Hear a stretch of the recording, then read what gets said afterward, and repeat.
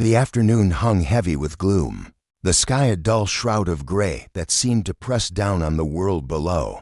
A faint, scattered light barely pierced the oppressive atmosphere, casting weak shadows across the deserted street.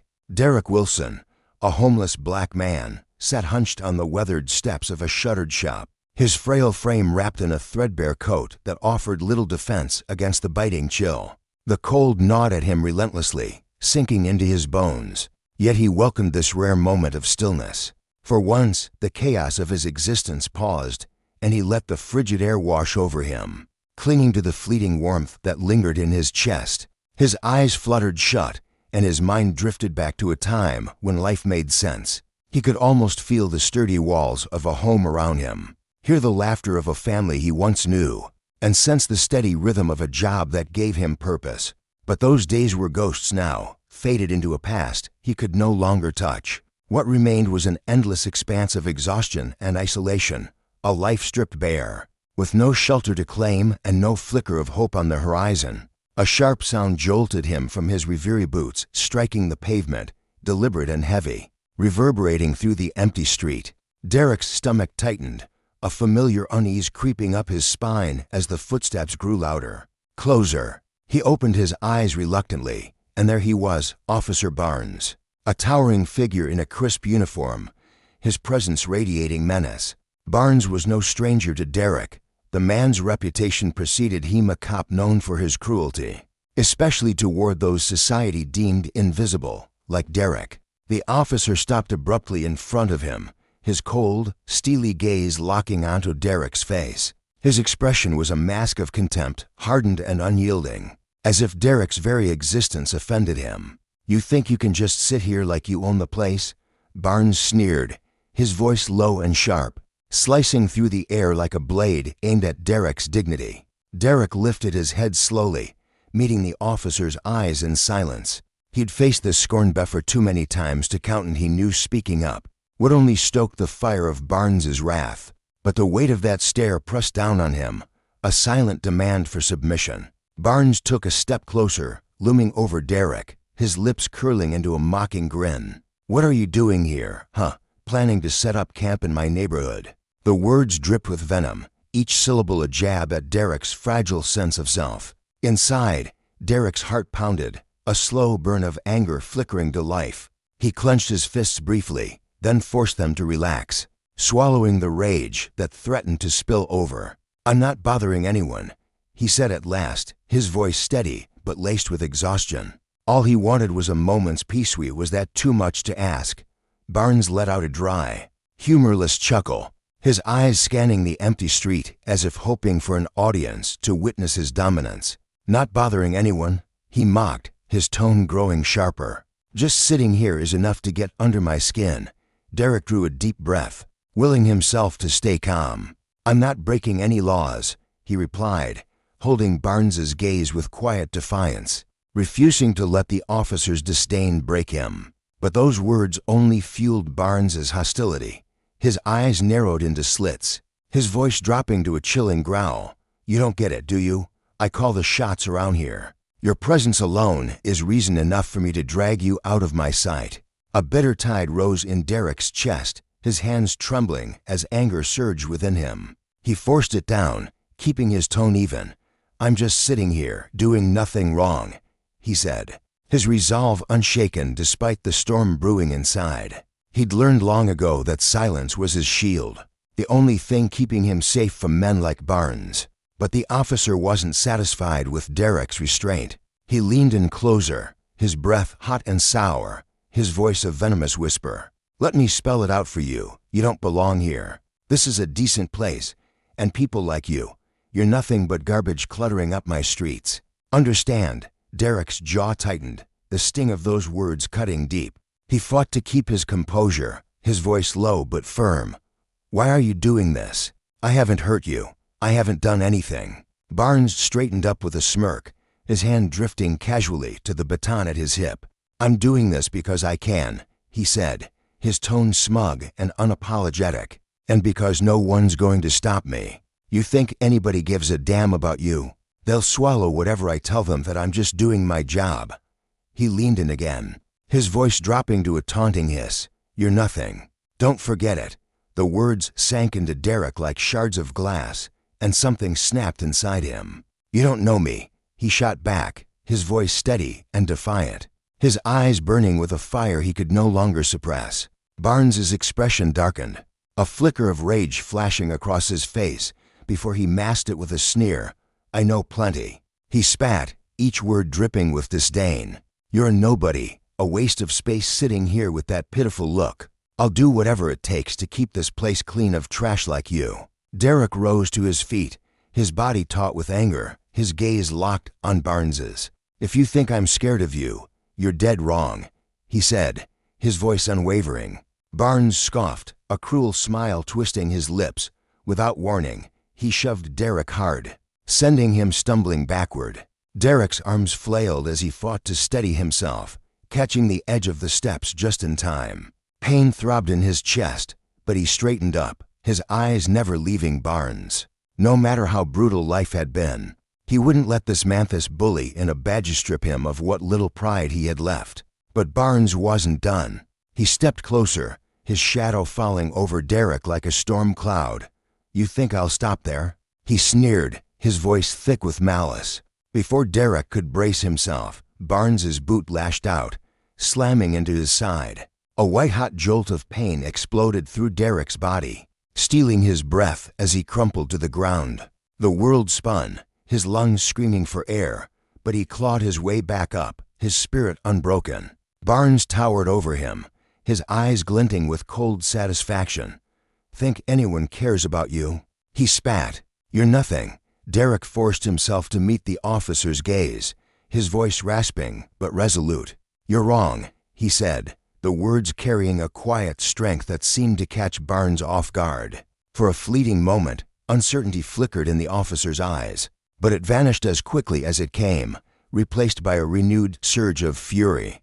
Derek's body ached, his ribs pulsing with every breath, yet he held his ground. He'd been beaten down by life before by loss, by hunger, by the unrelenting cruelty of the streets, but he wouldn't let Barnes take the last shred of his humanity. The officer raised his boot again, ready to strike, when a voice cut through the silence like a thunderclap. "Hey, stop right there." The command was sharp and unyielding, echoing down the empty street. Both Derek and Barnes turned, startled, their eyes landing on a figure striding toward them with purpose. He was tall, clad in a tailored suit that seemed out of place on this forsaken corner of the city. Mark Robber, a businessman whose stern face and piercing eyes exuded authority, moved with the confidence of someone who knew his power and wasn't afraid to wield it. His polished shoes clicked against the pavement, each step a declaration of intent. This wasn't his world. Briefcases and boardrooms were his domain, but the fire in his gaze made it clear. He wasn't here by accident. Barnes smirked, folding his arms with a dismissive snort as Mark closed the distance. "Who do you think you are, sticking your nose in this?" he taunted, his voice laced with bravado. Mark stopped a few feet away, his eyes boring into Barnes with an intensity that could have melted steel. "My name's Mark Robber," he said, his tone icy and deliberate. "And what I just saw wasn't just an abuse of power, it was a disgrace to anyone who believes in justice." "Do you really think that badge gives you the right to brutalize an innocent man?" Barnes laughed, though a shadow of unease crept into his expression. "I'd mind your own business if I were you," he retorted, trying to regain his footing. "I'm just doing my job." Mark's voice rose, cutting through the excuse like a blade. Your job is to protect, not to prey on the powerless. You're using that uniform as a shield to play tyrant, and it's pathetic." Derek watched in stunned silence, his bruised body still trembling from the blow. He couldn't fathom a stranger, a man who looked like he belonged in a penthouse, standing up for him with a ferocity he'd never known. Mark's presence seemed to fill the street, his words a beacon in the gathering dusk. Barnes shifted uncomfortably, his bravado faltering under the weight of that unrelenting stare. Derek's chest swelled with a mix of gratitude and disbelief, his eyes fixed on this unexpected ally. For the first time in years, he felt seen it as a shadow on the margins, but as a man worthy of defense. The lesson was stark and undeniable. Power could corrupt, could twist men like Barnes into monsters who thrived on control.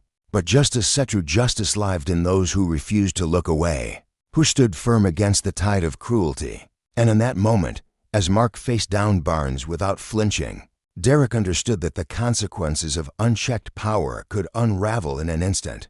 Brought low by the courage of one who dared to say enough, the air hung heavy that evening, thick with tension and the faint hum of a restless city. Barnes stood there, his broad shoulders squared, his uniform crisp and imposing. Yet for the first time in years, a tremor of unease rippled through him. He wasn't used to feeling this way, exposed, unsteady, like a man caught in a storm he hadn't seen coming. Mark's piercing stare bore into him, unyielding and sharp as a blade, cutting through the armor of authority Barnes had worn so proudly for years. "Do you really think your little speech is going to turn this around?" Barnes spat, his voice laced with a sneer, though it wavered just enough to betray the flicker of doubt creeping into his chest. He tightened his jaw, forcing himself to stand taller. "I'm just doing my job, Mark. You can ramble all you want, but I don't owe you a damn thing at an explanation. Not a justification, nothing." Mark didn't flinch. His anger simmered beneath the surface, a quiet fire held back by sheer will. But his eyes grew colder, darker, like a winter sky closing in. He took a slow breath, steadying himself as memories clawed their way to the forefront of his mind. "I had a friend once," he began, his voice softening, trembling with a raw edge of sorrow that caught even him off guard. "A good man, black, like me. He lived right, worked hard every day, kept his head high, never stepped out of line. But that didn't matter to people like you." His gaze locked onto Barnes, sharp and accusing, yet heavy with grief. They saw his skin and decided he was a threat, nothing more. They tore his life apart, piece by piece, all because they had power and he didn't. Mark's hands clenched into fists at his sides, the knuckles straining against his skin as the weight of the past flooded back. He could still see his friend's face, the light fading from his eyes, the way hope drained out of him like water from a cracked glass. I stood there, helpless, watching him lose everything: his faith, his spirit, his will to keep going. And I swore to myself I'd never let that happen again, not if I could stop it. Nearby, Derek watched Mark with wide, glistening eyes, his thin frame trembling slightly under the weight of his own fear and exhaustion. He'd spent so long feeling like a shadow in this world unseen, unwanted, that Mark's words hit him like a lifeline thrown into a churning sea. This wasn't just someone stepping in to shield him. It was a declaration, a solemn vow that carried the promise of fairness, of justice. For the first time in what felt like forever, a fragile spark of hope flickered to life in Derek's chest, cutting through the bleakness that had settled over his days like a shroud. Someone was finally here, standing beside him, refusing to let him drown in the injustice that had swallowed so much of his life. Barnes shifted uncomfortably, his lips curling into a mocking smirk, though his eyes betrayed a fleeting uncertainty he couldn't quite mask. "You'd better keep walking, Mark," he said, his tone a jagged mix of defiance and unease. "Stick your nose where it doesn't belong, and you'll wish you hadn't." His words were a challenge, but there was a nervous edge to them, a crack in the facade of control he clung to so desperately. Mark didn't waver. He stepped closer, his presence steady and commanding, his voice low and resolute. "This isn't just your business, Barnes. When someone's treated like dirt on this street, when you twist the law into a weapon against the innocent, it becomes everyone's fight. I'm not here to look the other way while you stomp on people just because you wear that badge. That's supposed to mean protection, not oppression." Barnes's patience snapped like a brittle twig. He turned sharply toward Derek, pretending Mark's words hadn't landed, though the slight twitch in his jaw said otherwise. "You think you can rewrite the rules here?" he growled, his voice icy and dismissive. "I'm doing what needs to be done. No one tells me how to handle my job." But Mark's response came swift and unflinching, his tone dropping to a chilling calm that seemed to fill the space between them. "What you're doing isn't protecting anyone. It's bullying. It's picking on someone who can't fight back and calling it duty. You think that badge gives you a free pass to do whatever you want? Not today, Barnes. Today, you're facing someone who won't just stand by and watch you trample over people." Barnes's face twisted into a snarl, his voice dropping to a menacing hiss. "Don't preach to me. Mark, you have no idea what you're stepping into. I keep order here. People like Derek are the ones who mess it up. I'm not letting them run wild." His words dripped with contempt, but Mark stood his ground unshaken. "If you think brute force is the answer, you're dead wrong. This community doesn't need a tyrant in a uniform. It needs someone who protects, not someone who picks targets for their own anger." Barnes clenched his teeth so hard the sound was audible, his eyes narrowing to slits. "I don't have time for this nonsense. Derek's coming with me, and that's final." He lunged forward, his hand clamping down on Derek's arm with a grip that made the young man wince, his body trembling under the sudden force. But Mark moved faster. In an instant, he seized Derek's other arm, pulling him back with a strength born of conviction. "You can't do this," Mark said, his voice steady as steel, though his heart pounded with the weight of the moment. "Derek hasn't done a damn thing to deserve this. If you've got proof, let the law sort it out. Otherwise, you're crossing a line you don't have the right to cross." Barnes's fury flared, his face reddening as he squared off against Mark, ready to shove past him with sheer force. But then he froze. A small crowd had begun to gather, neighbors, passers-by, their eyes fixed on the scene unfolding before them. The weight of their stares pressed down on Barnes, and for a moment, he hesitated, caught between his pride and the risk of losing face in front of witnesses. His glare burned into Mark, venomous and unrelenting. "You'll wish you'd stayed out of this." He spat, but his voice faltered, lacking the conviction it once held. Ignoring Derek's quiet pleas and Mark's unyielding resolve, he yanked the young man toward the patrol car, shoving him inside and slamming the door with a force that echoed down the street. Derek's frightened eyes peered out through the window, locking onto Mark's for a fleeting second.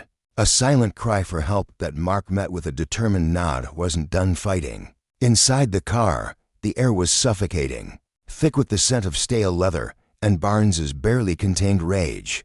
Derek pressed himself against the seat, the ache from where Barnes had kicked him earlier pulsing along his ribs, a dull reminder of the violence that had erupted so suddenly. But the physical pain was nothing compared to the storm of humiliation and despair swirling inside him. He stared out the window as the city blurred past empty streets, flickering lights, a world that seemed to have turned its back on him. How had it come to this? All he'd done was sit on a corner, trying to catch his breath after another long, fruitless day. And now he was here, caged like an animal, treated as if his very existence was a crime. The injustice of it gnawed at him, a bitter ache that settled deep in his bones. Barnes's eyes flicked up to the rearview mirror, cold and disdainful, watching Derek with the indifference of a man who'd long since stopped seeing people as human. The car screeched to a halt outside the station, and before Derek could brace himself, Barnes was out,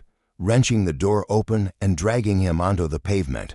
His rough hands shoved Derek forward, forcing him to stumble toward the entrance as a few other officers lingered nearby, their faces blank, their silence deafening. To them, this was just another night, another body hauled in, another life dismissed. Derek's gaze darted around, searching desperately for a hint of compassion, a shred of understanding. But all he found were stone-cold stares that made him feel smaller than ever. The holding cell was a bleak, gray box, its walls scratched and stained, lit by a harsh fluorescent buzz that stung his eyes. Barnes shoved him inside, hard enough to make him trip and catch himself against the cold concrete.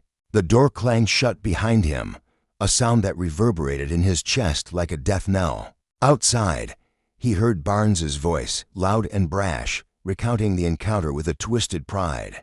That homeless punk thought he could play tough. He sneered, his laughter sharp and cruel. The other officers joined in, their chuckles bouncing off the walls, turning Derek's suffering into a cheap punchline. He sank down onto the floor, curling into the corner, his shoulders hunched as if he could make himself disappear. Each laugh was a dagger, slicing away at what little dignity he had left, leaving him raw and exposed. In the silence that followed, broken only by the distant jeers, Derek's mind drifted to a memory that felt like a lifeline in the dark. His mother's face swam into Focusher warm, steady eyes, the way she'd pull him close and speak with a quiet strength that made him feel safe. "Son," she'd said once, her voice soft but firm. "No matter what anyone says or does, you have worth. Don't you ever let them take that from you." Those words had been his anchor growing up, a beacon through the storms of his childhood. But now, trapped in this frigid cell, they felt like a faint echo, drowned out by the reality pressing in around him. The world seemed determined to strip him bare, to grind him down until he was nothing and nobody, forgotten and discarded. Outside, Barnes kept talking, his voice thick with mockery. "Who does that guy think he is? Some worthless drifter trying to stand up to me. Pathetic." Another officer chimed in, his tone lazy and amused.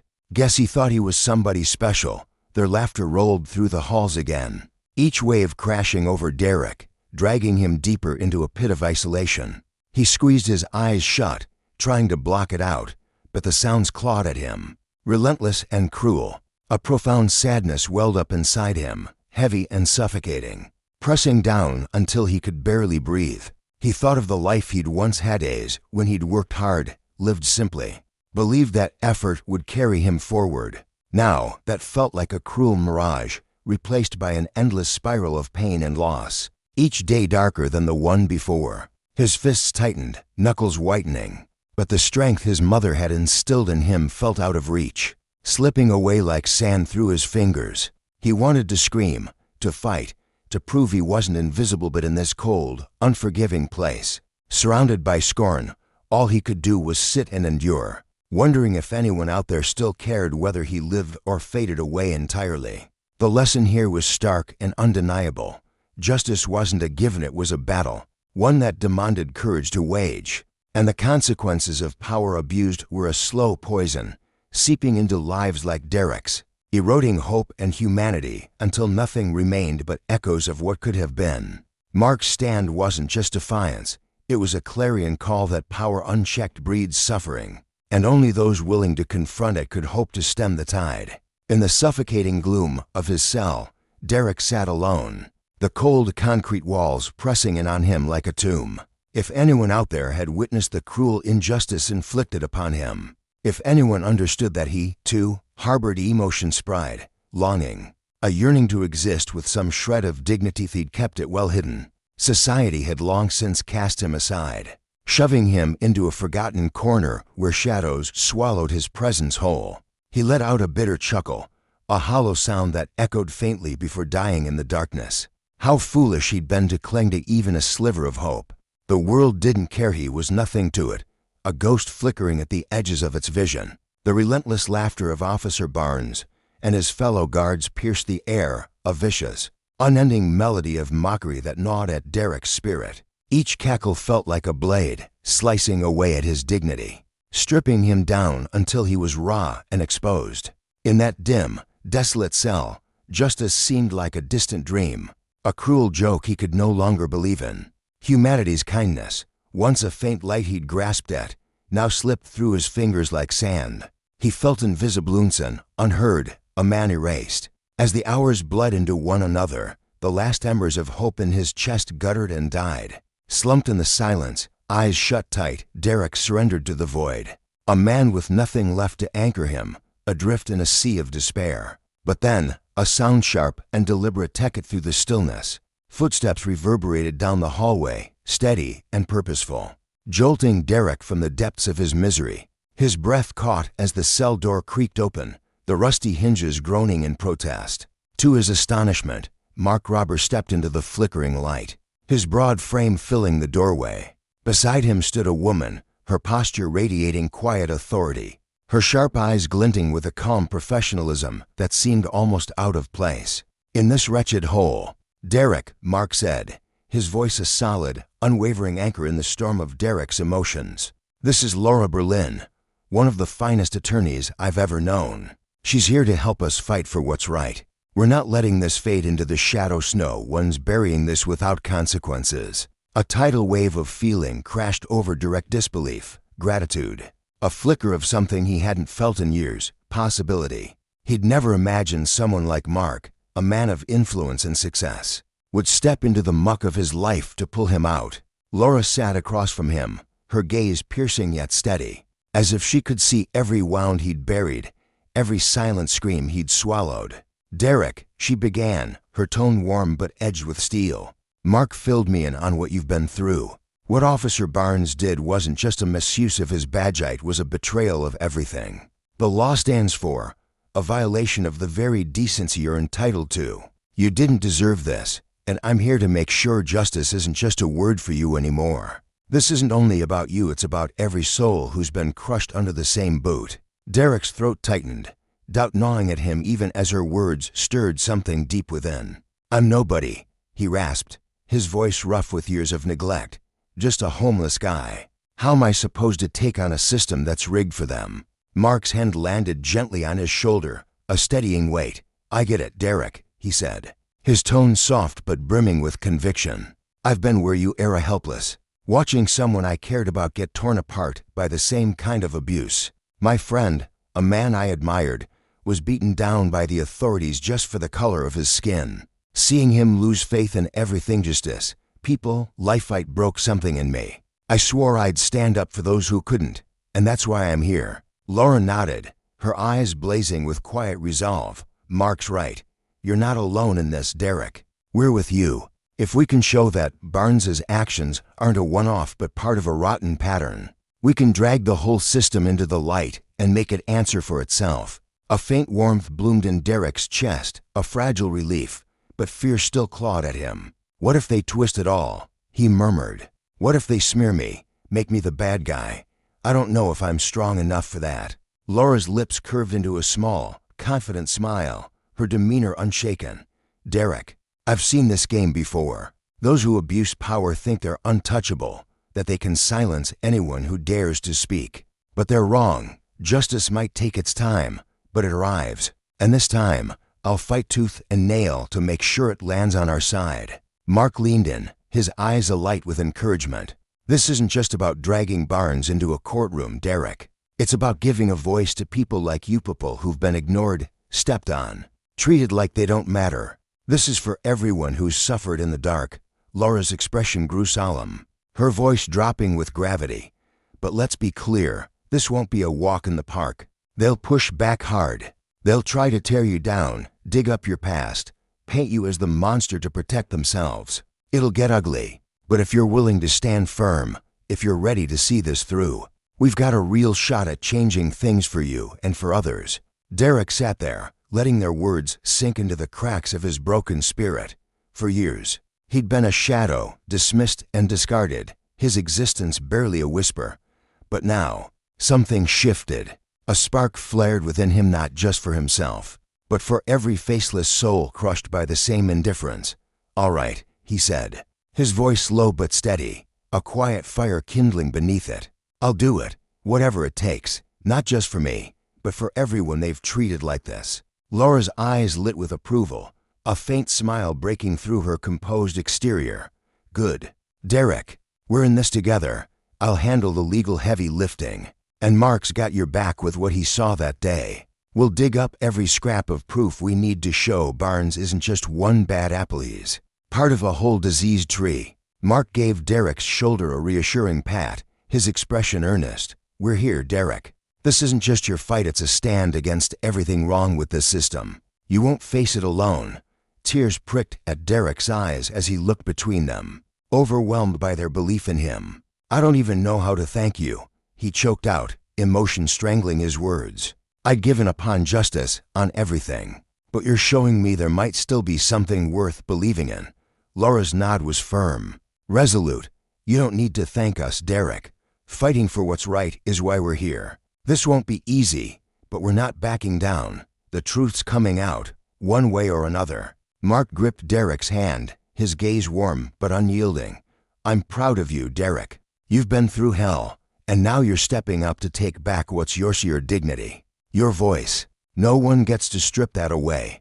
As their words washed over him, Derek felt a shift deep within. He wasn't just a nameless figure on the fringes anymore. He had a purpose, a reason to push forward, not just for himself, but for the countless others silenced by the same hands. The path ahead loomed long and treacherous, but for the first time, he wasn't afraid. He was ready. Word of Derek's case spread like wildfire, igniting the air with outrage and curiosity. The media latched on, headlines screaming of a homeless man daring to challenge the mighty, while the community buzzed with whispers of solidarity and anger. Too many. This wasn't just one man's story, it was a glaring spotlight on the festering wound of power abused by those meant to protect. Public pressure mounted, a tidal wave crashing against the police department's walls, forcing them to announce an internal investigation into Officer Barnes. Inside the precinct, tension thickened like storm clouds. Officers exchanged hushed words in the break room, their eyes darting nervously. But none dared speak out against Barnes, not yet. His influence snaked through the ranks, a web of loyalty and fear. Among them was Officer Jason, a weary man with a guarded demeanor. Always blending into the background, he watched the chaos unfold from the sidelines, his stomach twisting with unease. Jason wasn't a coward, not exactly, but he'd spent years perfecting the art of self-preservation. He'd seen Barnes's cruelty firsthand, the sneers, the shoves, the way he'd loom over homeless folks or people of color, his baton swinging like a scepter of authority. Each incident had pricked at Jason's conscience, a dull ache he'd learned to numb. He'd told himself it wasn't his fight, that rocking the boat would only capsize his own quiet life. But now, as Derek's story rippled outward, that ache sharpened into something he couldn't ignore. The lessons of justice and the consequences of unchecked power loomed large, and Jason found himself teetering on the edge of a choice that could either redeem him or ruin him. On a quiet afternoon, Jason sat alone in his dimly lit office, the faint hum of the air conditioner blending with the muffled voices from the television. The news flickered across the screen, recounting the latest developments in Derek's lawsuit case that had begun to unravel the tightly woven fabric of Jason's world. He leaned back in his chair, fingers tracing the edge of his desk, his mind a battlefield of swirling doubts and restless thoughts. For years, he had convinced himself that the misdeeds he'd witnessed weren't his burden to bear. But now, with Derek, a man who'd once seemed invisible to society, finding the strength to confront an abuser like Officer Barnes, Jason felt the weight of his own silence pressing harder against his chest. It was a gnawing ache, a quiet torment that refused to let him rest. The room felt smaller as he wrestled with his conscience, the shadows lengthening across the walls as the day slipped into evening. Testifying meant upending everything he'd built, his reputation among peers, the camaraderie of the department, perhaps even the steady rhythm of his career. He imagined the sidelong glances, the whispered judgments, the cold shoulders from those he'd once called friends. Yet the alternative was worse. To stay silent now, when he held the power to tip the scales toward justice, was a betrayal of something deeper, a moral compass he'd buried beneath layers of self-preservation. If he didn't act, he'd carry that guilt like a stone, heavy and unyielding, for the rest of his days. After hours of pacing the worn carpet and staring out at the city lights blinking to life, Jason made his choice. With a resolute breath, he rose, grabbed his coat, and strode out into the cool night, his footsteps echoing with purpose as he headed toward the Internal Affairs Division. The investigator's office was a stark contrast to the chaos of his thoughts, a sterile space of white walls and metal desks, lit by the harsh glow of fluorescent lights. As Jason stepped inside, the air shifted, heads turned, eyes widened.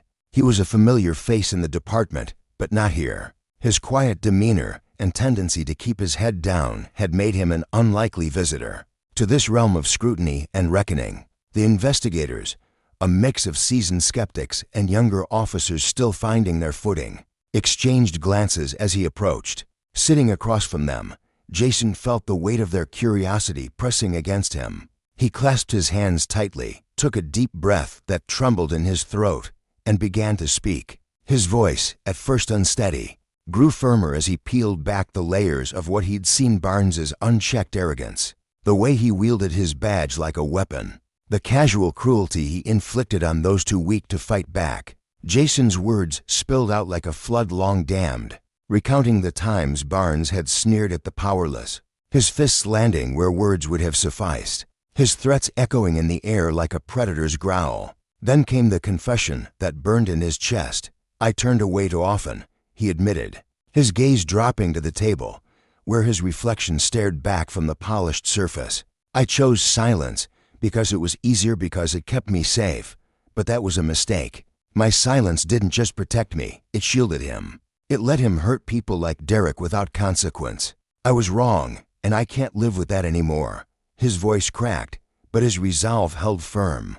I'm here to tell the truth, to make sure Barnes answers for what he's done. The investigators listened, their expressions a mix of surprise and quiet respect, pens scratching across notepads as they absorbed the gravity of his words. Word of Jason's testimony spread through the department like wildfire racing across dry grass. In the break room, colleagues whispered over styrofoam cups of coffee, their reactions a tangled mess of shock, betrayal, and reluctant admiration. Some shook their heads, lamenting that Jason had thrown away his future for a lost cause.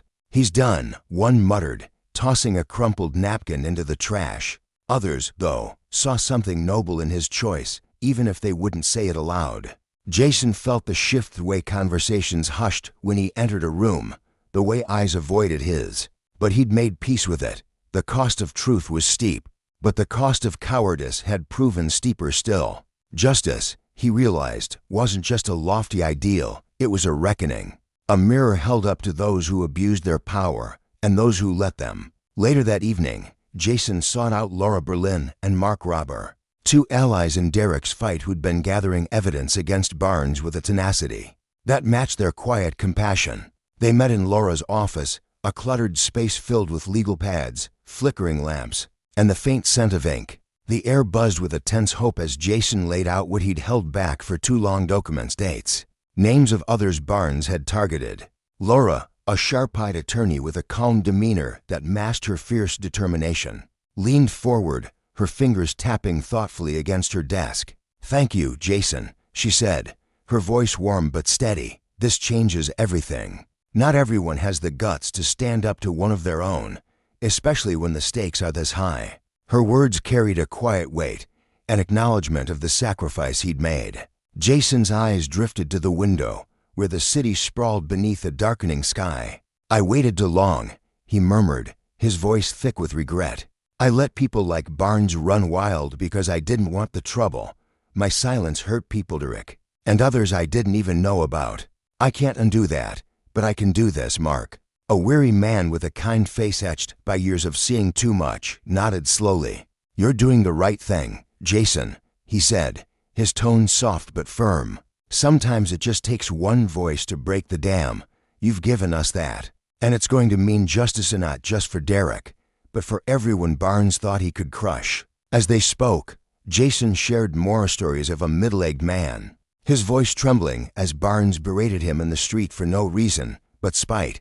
A young woman, barely out of her teens, shoved against a wall for daring to question an absurd order. Each memory was a shard of glass in Jason's mind, cutting deeper as he realized how far Barnes's shadow had stretched.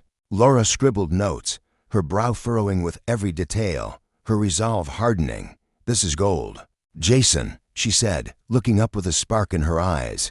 "If we can show this pattern, it's not just Derek's story anymore. It's a case for everyone he's hurt. We're talking real accountability, justice that ripples beyond one man." In the days that followed, Jason's words lit a fuse. The community stirred, voices rising from the Morgan's former victims, who'd once cowered in silence, now stepping into Laura's office with their own tales of Barnes's tyranny. A shopkeeper recounted being threatened over a petty dispute, his hands shaking as he spoke. A mother described how Barnes had humiliated her son in front of a crowd, her eyes blazing with a fury she'd buried for too long.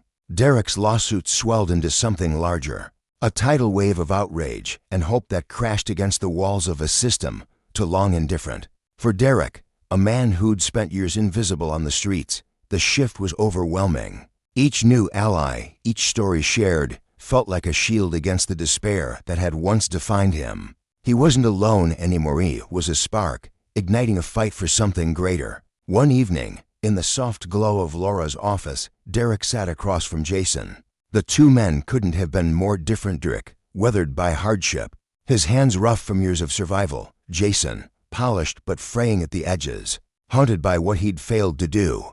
Yet here they were, bound by a cause that transcended their worlds. Jason met Derek's gaze. his throat tight with emotion. "I'm sorry I didn't speak up sooner," he said, his voice breaking. "If I'd done this years ago, maybe you wouldn't have had to go through what you did." Derek shook his head, a faint smile softening his lined face as he rested a hand on Jason's shoulder. "Don't carry that, Jason. You stood up when it counted. That's more than most would do. We're in this together now." The silence that followed was heavy with understanding. A quiet pact forged between them as they braced for the road ahead. When the trial dawned, the courtroom buzzed with anticipation. Reporters jostled for seats, their cameras flashing like lightning in the packed space. Supporters flanked Derek, their faces a mix of resolve and nervous energy, while curious onlookers craned their necks to catch every word. Derek sat at the front, flanked by Laura and Mark, his heart pounding beneath his worn jacket. Laura rose to speak, her presence commanding as she faced the judge. "Your Honor," she began, her voice cutting through the murmurs like a blade.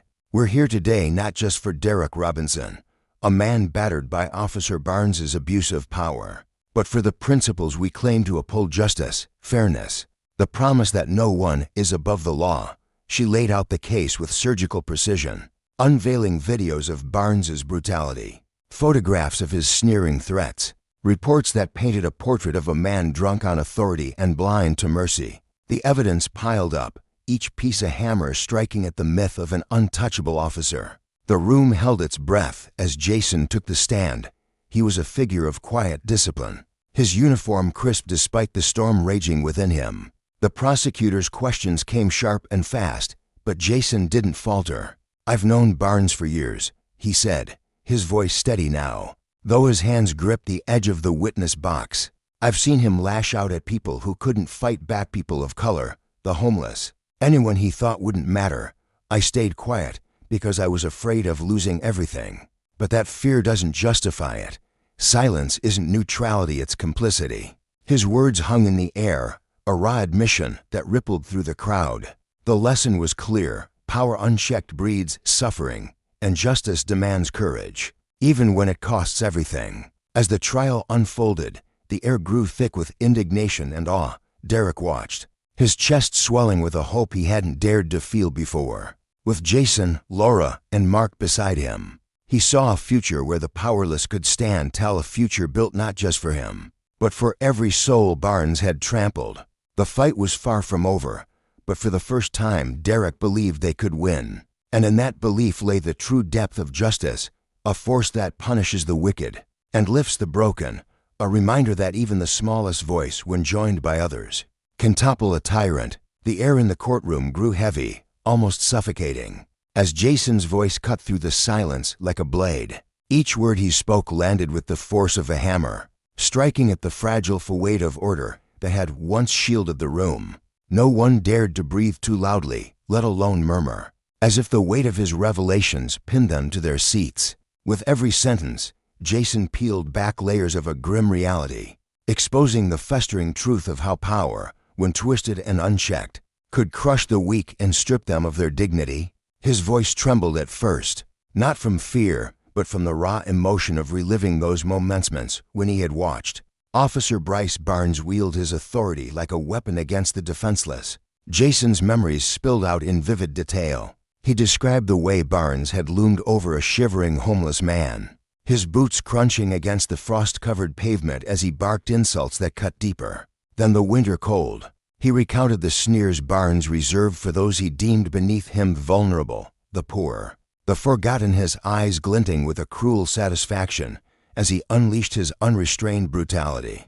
Jason's voice grew steadier, louder, as he painted a picture of Barnes's disdain, the way he'd spat venomous words at a trembling woman, clutching a tattered blanket, or how he'd shoved a young man into the dirt simply for daring to ask for help.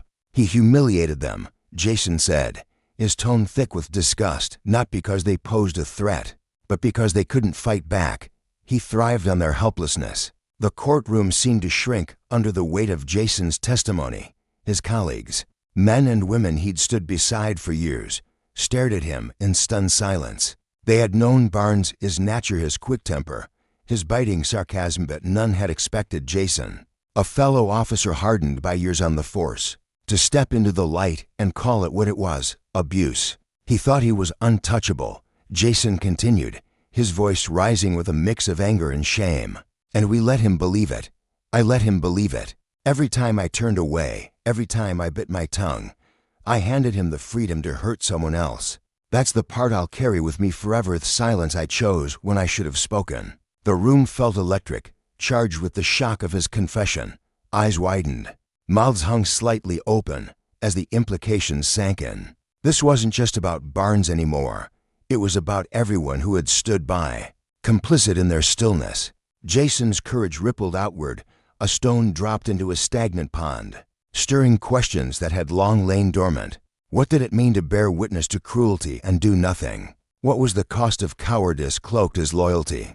The air buzzed with unease as those questions hung unspoken, pressing against the consciences of everyone present. Laura, the prosecutor, stepped forward, her presence a quiet storm of resolve. Her dark hair was pulled back tightly, accentuating the sharp lines of her face, softened only by the compassion in her eyes. She approached Jason with measured steps, her heels clicking against the polished floor, each sound a heartbeat in the tense silence.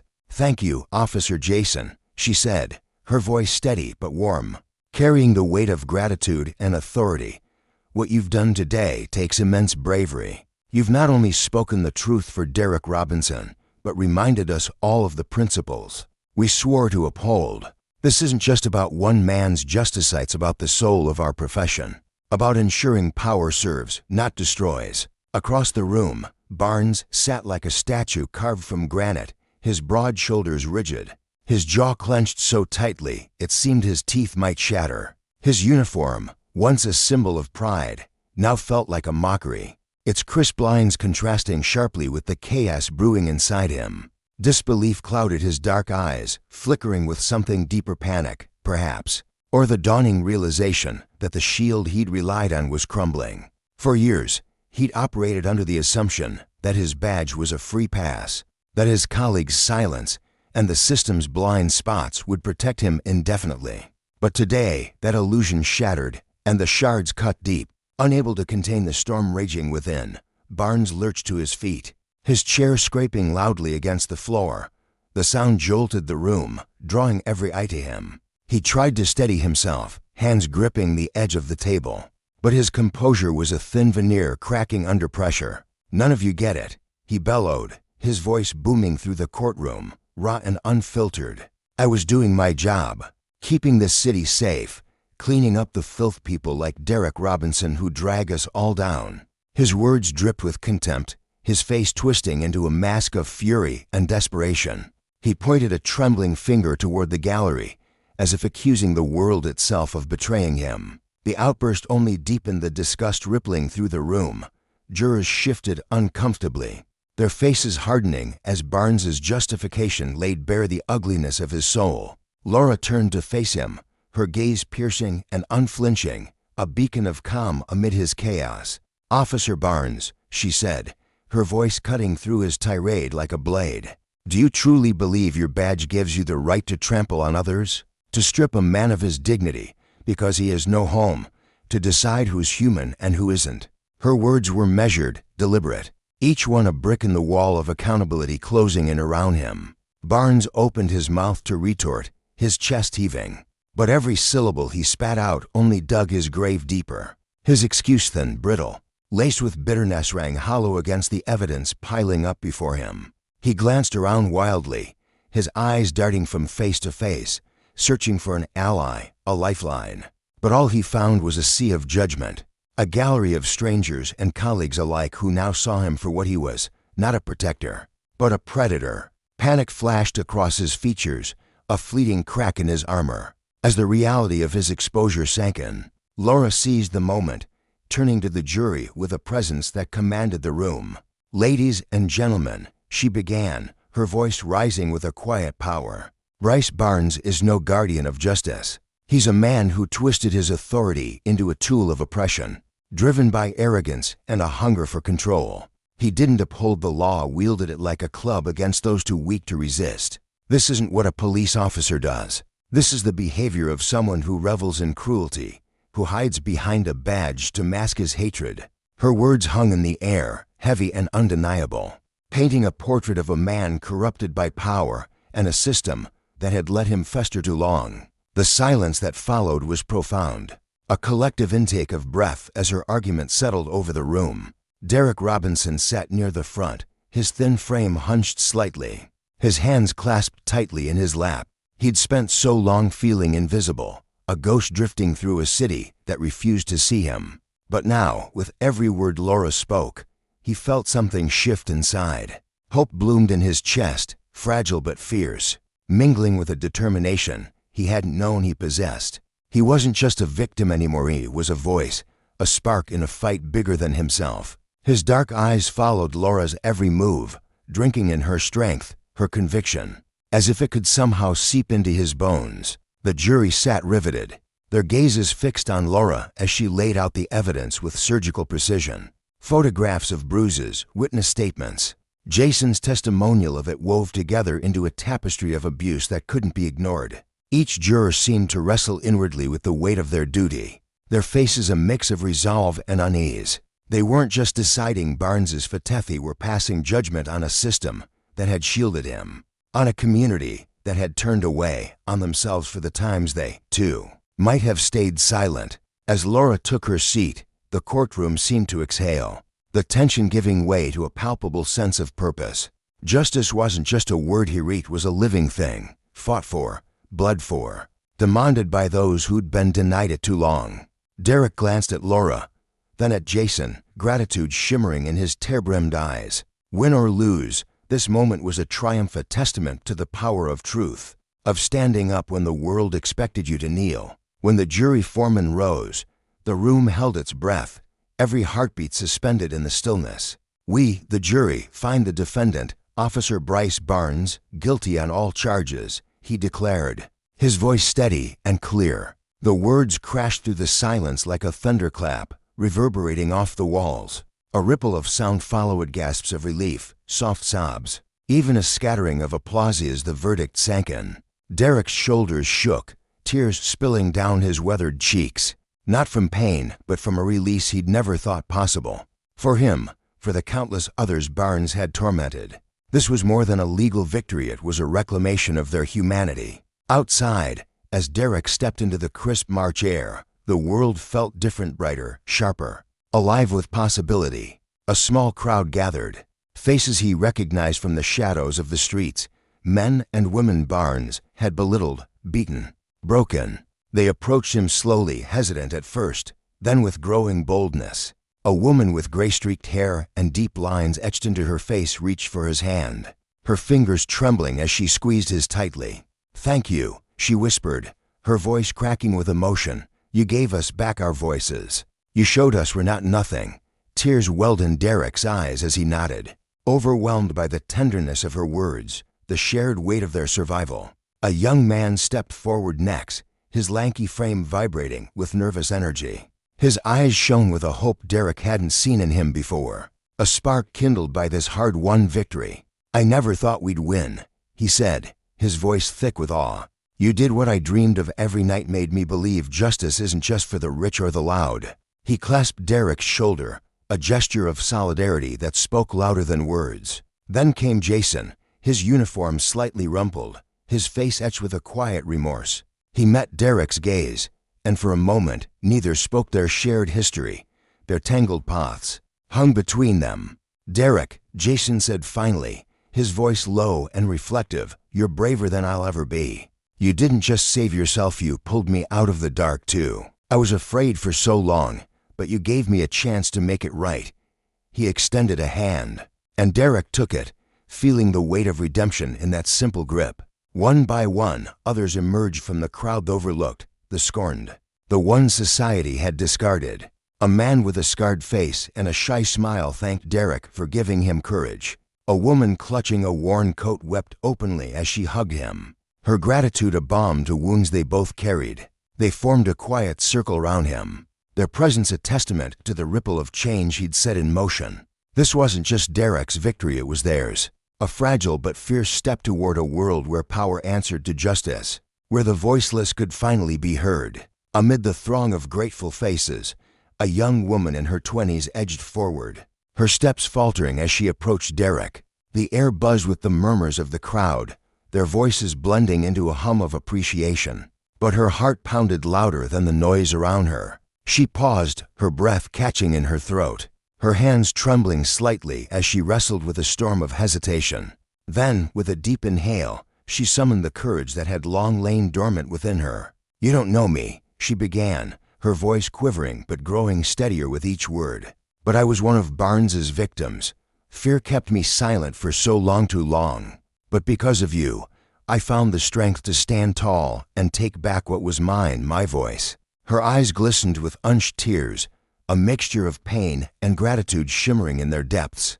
Derek, moved by her words, stepped forward and enveloped her in a gentle embrace. To an outsider, it might have seemed like a simple gesture, but to her and to him it carried the weight of 1,000 unspoken promises. It was a silent vow that no one should suffer alone, a testament to the power of even the smallest act of kindness in a world riddled with injustice. The crowd surrounding Derek pulsed with life, their presence more than just a show of thanks. It was a living, breathing symbol of unity. Hands reached out to clasp his, hugs enveloped him like a warm tide, and eyes met his with a trust that felt almost sacred. The air itself seemed to hum with a quiet reverence, as if the collective spirit of humanity had descended upon this gathering. Each handshake reverberated with strength, each embrace carried the echoes of shared struggles, and every glance spoke of a community bound by the belief that standing up for what's right is not just a choice but a necessity. The scene unfolded like a tapestry woven with threads of resilience and hope, a vivid reminder that justice, when fought for, ripples far beyond a single victory. Nearby, Laura watched the exchange unfold, her chest swelling with a fierce pride that mingled with a profound sense of relief. The sunlight caught the edges of her dark hair as she turned to Mark, her voice steady yet brimming with emotion. "This isn't just about winning one case," she said, her gaze drifting back to Derek. "It's a triumph of something bigger: courage, humanity, the will to push back against the darkness. Derek's done what so many thought couldn't be done, and the echoes of this moment will linger in hearts and minds for years to come." Mark, standing beside her, nodded slowly, his eyes fixed on Derek with a respect that ran deep. The lines of his weathered face softened as he spoke. "He's rewritten the story of an entire community. His bravery, it's a beacon now, a light for anyone who's ever been too scared to speak, too beaten down to fight. Derek's shown them they're not alone." His words hung in the air, heavy with truth, as both he and Laura felt the weight of what lay ahead. This victory was a milestone, yes, but it was far from the end. Out there, beyond this crowd, countless others still wait, silenced, vulnerable, desperate for a champion. The solidarity blooming here was only the beginning, a spark they vowed to fan into a flame. Together with Derek, they would march on, relentless in their pursuit of fairness and equality, knowing that every step forward was a strike against the abuse of power. As the two approached Derek, their smiles radiated warmth and understanding.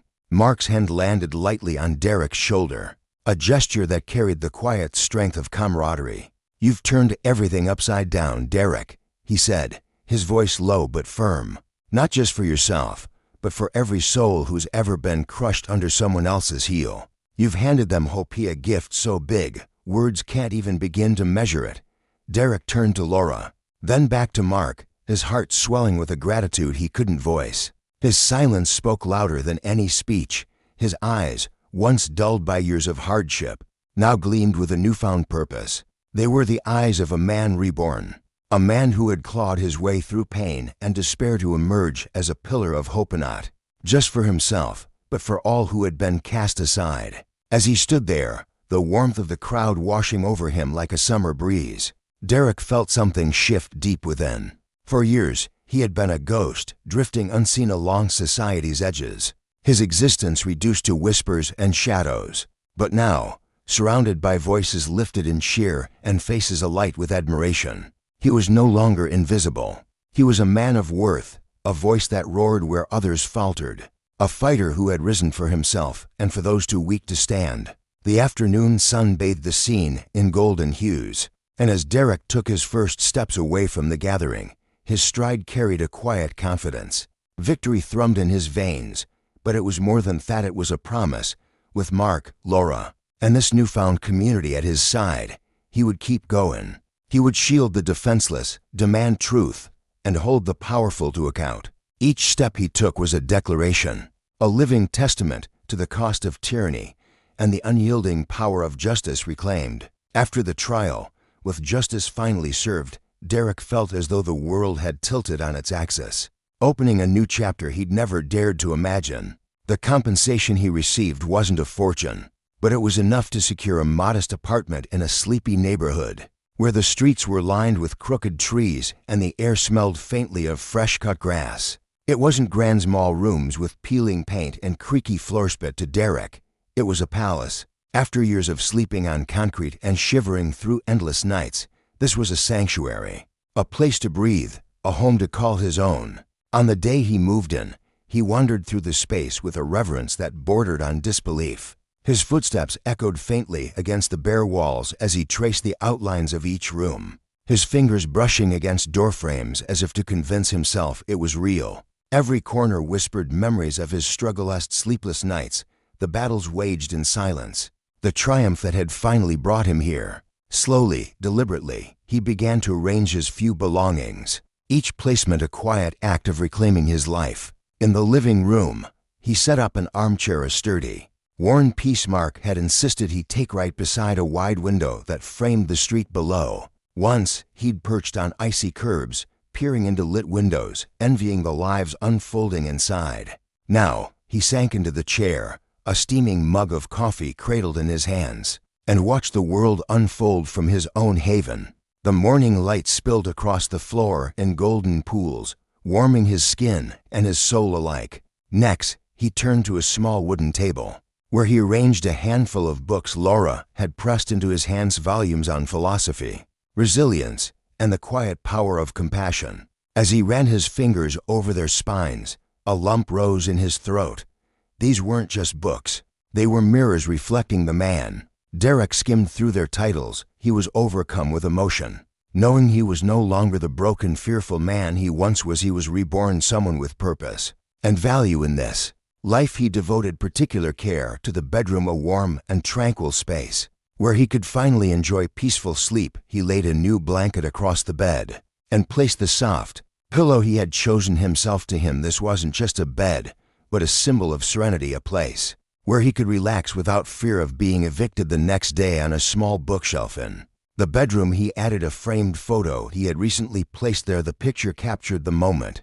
Mark and Laura stood together after the trial, their eyes filled with joy and pride. To Derek, that photo was not just a memory of a victory, but a reminder that he wasn't alone, that there were still good people in this world, people who would stand up for justice and help the vulnerable. The little kitchen was where Derek felt he had truly rediscovered life's simple joys. In the past, he had grown used to eating makeshift meals on sidewalks, but now he could cook warm, hearty meals for himself. The flicker of the stove's flame lit a spark of joy within him, the joy of taking care of himself, and the pride of reclaiming his life step by step. Each morning, Derek would sit by the window sipping coffee and soaking in the sunlight flooding the room. These were the moments of peace he had longed for. Over the years, the sense of freedom and safety filled the small apartment, and he felt a deep happiness knowing he had finally found a place to call home. At the same time, Derek began a new job at Mark's company. It was his first office job,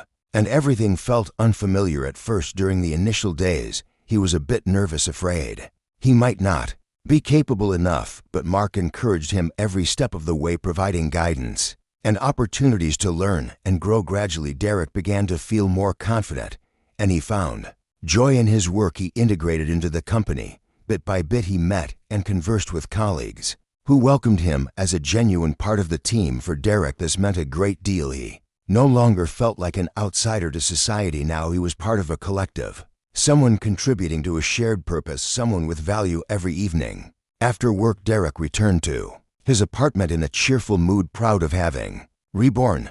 He was someone with purpose now, a man of value who had risen from the ashes of his past. In the bedroom, he took extra time to create a space of calm and comfort. He spread a thick, soft blanket over the bed, smoothing it with care, and fluffed the pillow he'd picked out himself, a small luxury that felt monumental To him, this wasn't just a place to sleep, it was a refuge, a cocoon where fear of eviction or instability couldn't reach him. On a narrow shelf above the bed, he set a framed photo, a snapshot of him, Mark, and Laura taken just after the trial. Their smiles were wide, their eyes alight with triumph and camaraderie. Every time Derek glanced at it, his chest tightened not with sorrow, but with gratitude. That image was proof he wasn't alone, a reminder that there were still people willing to fight for what was right, to lift up those who'd been trampled by life. The tiny kitchen became his sanctuary of small joys. Where he'd once scavenged for scraps on street corners, he now stood over a stove, the flame dancing beneath a pot of simmering soup. The warmth filled the room, and with it came a quiet Prita was nurturing himself, piecing his life back together one meal at a time. Mornings found him back by the window, coffee in hand, sunlight spilling over him like a blessing. These were the moments he'd dreamed of during the bleakest night's peace: safety, a home. The apartment, humble as it was, brimmed with a freedom he'd never known, and he savored every second of it, knowing he'd earned this happiness through blood and grit. At the same time, a new chapter unfolded at Mark's company, where Derek took his first tentative steps into an office job. The fluorescent lights, the hum of computers, the chatter of co-workers, it all felt alien at first. His stomach churned with nerves, a whisper of doubt gnawing at him. What if I'm not good enough? But Mark was there, steady as ever, offering a patient word or a quick lesson whenever Derek stumbled. Day by day, the fear faded, replaced by a growing confidence. He started to enjoy the rhythm of the work, the satisfaction of a task completed, the easy banter with colleagues who greeted him with genuine smiles. For the first time, he wasn't an outcast peering in from the cold. He was part of something, a team, a purpose, a life. Each evening, he'd walk through his apartment door, a grin tugging at his lips, proud of the man he was becoming. The lessons of justice and the perils of power's abuse wove through every corner of his story, a thread that deepened its meaning.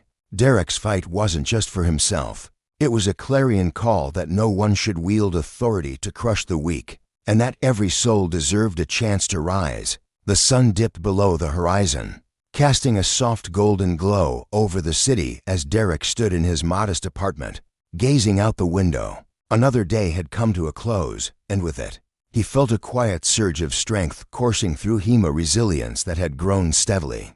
Day by day, like a tree taking root in once barren soil, no longer was he the frail, broken man who had endured scorn, ridicule, and the bitter sting of injustice. Those days felt distant now, buried beneath the weight of his transformation, though the scars they left remained etched in his memory, fueling his resolve. One crisp weekend evening, Derek decided it was time to share his newfound peace with the two people who had helped him reclaim it. He invited Mark and Laura to his apartment, a space he had poured his heart into turning into a sanctuary. As they stepped through the door, the warm scent of freshly brewed coffee mingled with the faint aroma of pine from a candle flickering on the table. The cozy room, adorned with thrift store furniture and a few cherished keepsakes, welcomed them like an embrace. Mark's eyes widened as he took in the scene, his hand instinctively finding Derek's shoulder. His voice trembled with a mixture of pride and awe as he said,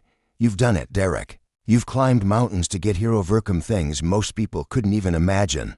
Laura, meanwhile, wandered the small space, her gaze lingering on the neatly arranged bookshelves and the soft throw blanket draped over the couch. Her eyes shimmered with unshed tears, and when she finally spoke, her words carried a quiet reverence. "You're not just someone we lent a hand to, Derek. You're a living testament to what's possible. Your strength, it's a gift to us all, a beacon for everyone who's heard your story." As Mark and Laura bid him good night and stepped out into the cool evening air, Derek lingered in the stillness of his apartment. He sank into the worn armchair by the window, his eyes drifting over every detail of the ruined chipped mug on the counter, the faded rug beneath his feet, the framed photo of a sunrise he'd taken during his darkest days. Each object held a story, a fragment of the grueling path he'd walked. This wasn't just a home, it was a monument to his perseverance, a testament to the battles he'd fought against despair, and the courage that had carried him through. In that moment, he felt a profound gratitude settle over him. His new life was only just beginning, but he knew deep in his bones that he had the faith and fortitude to keep pressing forward, no matter what lay ahead. In the months that followed, Derek threw himself into the rhythm of his community. He found purpose in the small acts, hoeing up at homeless shelters with a warm smile, sitting with those whose eyes mirrored the hopelessness he once knew, and sharing the tale of his own redemption. Each time he spoke, his voice grew steadier, his words weaving a tapestry of pain, struggle, and triumph. He wasn't just helping others. He was stitching together the frayed edges of his own soul. The gratitude in their faces, the tentative hope that flickered in their gazette filled him with a sense of meaning he'd never known before. One afternoon, as he finished speaking at a community center, an elderly man shuffled toward him. His hands, roughened by years of hardship, clasped Derek's tightly. "You've given me something I thought I'd lost," the man said, his voice cracking. "Seeing you up there, I believe I can still turn things around. You've shown me it's never too late." Derek's chest tightened with emotion, a smile breaking across his face as he squeezed the man's hand in return. He wasn't just a survivor anymore, he was a lighthouse, guiding others through the storms he'd weathered. Life in this new chapter wasn't without its struggles. There were mornings when the weight of his past pressed heavily on his shoulders, when the simplicity of waking up in his quiet apartment and heading to work at Mark's company felt almost too fragile to trust. But Derek found joy in those quiet, routinist clink of his coffee pot, the hum of machinery at the warehouse, the murmured thanks from someone he'd encouraged at the shelter. Each step forward, no matter how small, was a victory, a brick laid in the foundation of his healing. He wasn't just piecing his own life back together, he was building something greater, a legacy of hope for the community that had embraced him. As dawn broke one morning, sunlight spilled through the curtains, painting the walls of his apartment in hues of amber and gold. Derek stood at the window, coffee in hand, and let the warmth seep into his skin. Peace settled over him like a blanket, a quiet faith in the life he'd fought so hard to claim. The road behind him had been long and treacherous, riddled with potholes of despair and steep climbs of doubt. But it was that very journey, sleepless nights, the cold stares, the moments he'd nearly given up that had forged him into the man he was now, unyielding, compassionate, and ready to lift others as he'd been lifted. Yet Derek's triumph wasn't merely a personal milestone, it was the spark of a greater calling. The memories of his years on the streets, the sting of injustice at the hands of those who wielded power without mercy, burned within him still. They weren't just wounds, they were fuel. He began volunteering with a local nonprofit, dedicating his weekends to those society had cast aside. He'd sit on cracked sidewalks or in dimly lit shelters, listening to the stories of the forgettenals of lost jobs, broken families, and dreams swallowed by circumstance. His own past echoed in their words, and he understood their shame, their fear, their quiet longing for something better. When he shared his story, he didn't just recount the facts that bared his soul. He spoke of the days he'd felt invisible, a ghost drifting through a world that turned its back. He told them of Mark and Laura, the unlikely angels who'd seen his worth when he couldn't. He described the courtroom battle, the sweat and tears it took to reclaim his dignity, and the moment he'd stood tall, victorious against a system that had tried to crush him. In one unforgettable session, Derek's voice rang out clear and steady in a crowded shelter hall. "I used to think I was nothing," he said, his eyes sweeping over the sea of weathered faces, "like I was a shadow no one cared to see. But when I chose to fight not just for myself, but for everyone like me, found my purpose, I found faith again, in myself and in people. You can too. Don't let the world tell you who you are. You can rise, you can change everything." The room fell silent, the air thick with emotion. In the eyes staring back at him, he saw flickers of recognition, sparks of resolve. Some wiped away tears, others nodded slowly, as if his words had unlocked something long buried. For Derek, it was a revelation. His story wasn't just his own anymore, it was a mirror, reflecting the strength hidden within them all. Word of Derek's journey spread like wildfire through the community. He wasn't just a volunteer now. He was a symbol, a living proof that the human spirit could endure even the harshest blows. People began retelling his tale to friends, to neighbors, to strangers on the street.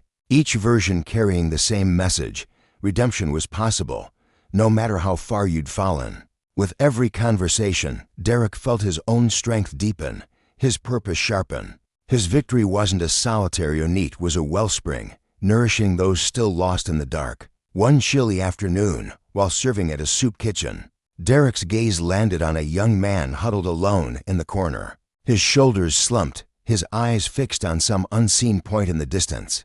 As if the weight of the world had pinned him there, Derek approached slowly, settling beside him on the cold bench. "Mind if I sit?" he asked gently. The young man barely nodded, but it was enough. Bit by bit, his story spilled out: lost job, eviction, a life unraveled until only despair remained. Derek listened, his heart aching with recognition. When the young man fell silent, Derek offered a small, steady smile. "I've been where you are," he said, his voice low but firm. "I've slept on streets colder than this, felt like I'd never climb out. But I did, and you can too." He shared his own tale then, not as a lecture, but as a life in every stumble, every triumph laid bare. By the end, the young man's hands trembled as he gripped Derek's in a handshake that felt like a vow. "I'm not done yet," he whispered. "I'll get up." "Like you." Derek's throat tightened with pride, his spirit soaring as he watched an ember of hope catch fire in the young man's eyes. Over time, Derek became a cornerstone of the community, a man whose name was spoken with warmth and respect. The shadow of his past, once defined by the cruelty of unchecked power, faded beneath the light of what he'd built. He wasn't just a victim anymore. He was a warrior for justice, a tireless force for change. His work drew the attention of social organizations, who invited him to speak at events on equity and compassion. At every podium, he wove his story into a call to action, urging others to stand not just for themselves, but for those who couldn't. "We all have power," he'd say, his voice steady with conviction. "Not to crush, but to lift. That's what justice means." His words rippled outward, a reminder that true strength lay in kindness, in solidarity. Not long after, Derek joined forces with a band of volunteers to launch a project aimed at helping the homeless find work and stability. He knew the road out of despair wasn't just about shelter, it was about dignity, purpose, a chance to stand tall. Pouring his heart into the effort, he saw it take root, offering not just jobs, but hope to those who'd forgotten what it felt like. Through it all, Derek carried a quiet certainty. The consequences of power abused had nearly destroyed him, but the justice he'd fought for now had given him a life far richer than he'd ever dreamed. Rebuilding a life from the ashes of hardship was a daunting task, one that weighed heavily on Derek's soul in those early days, when the world seemed to turn its back on him. Yet, with the unwavering support and gentle encouragement from those who saw his worth, he began to believe that no one was truly beyond redemption. Every step he took toward healing wasn't just for himself, it became a lifeline he extended to others, a way to repay the kindness that had lifted him from despair. This project he poured his heart into wasn't merely a charitable endeavor. It was a bold declaration of his resolve to reach down into the muck of life's struggles and pull others up alongside him, offering them the same chance at hope and renewal that he'd been given. Mark and Laura, his steadfast allies in this pursuit of something greater, stood by his side,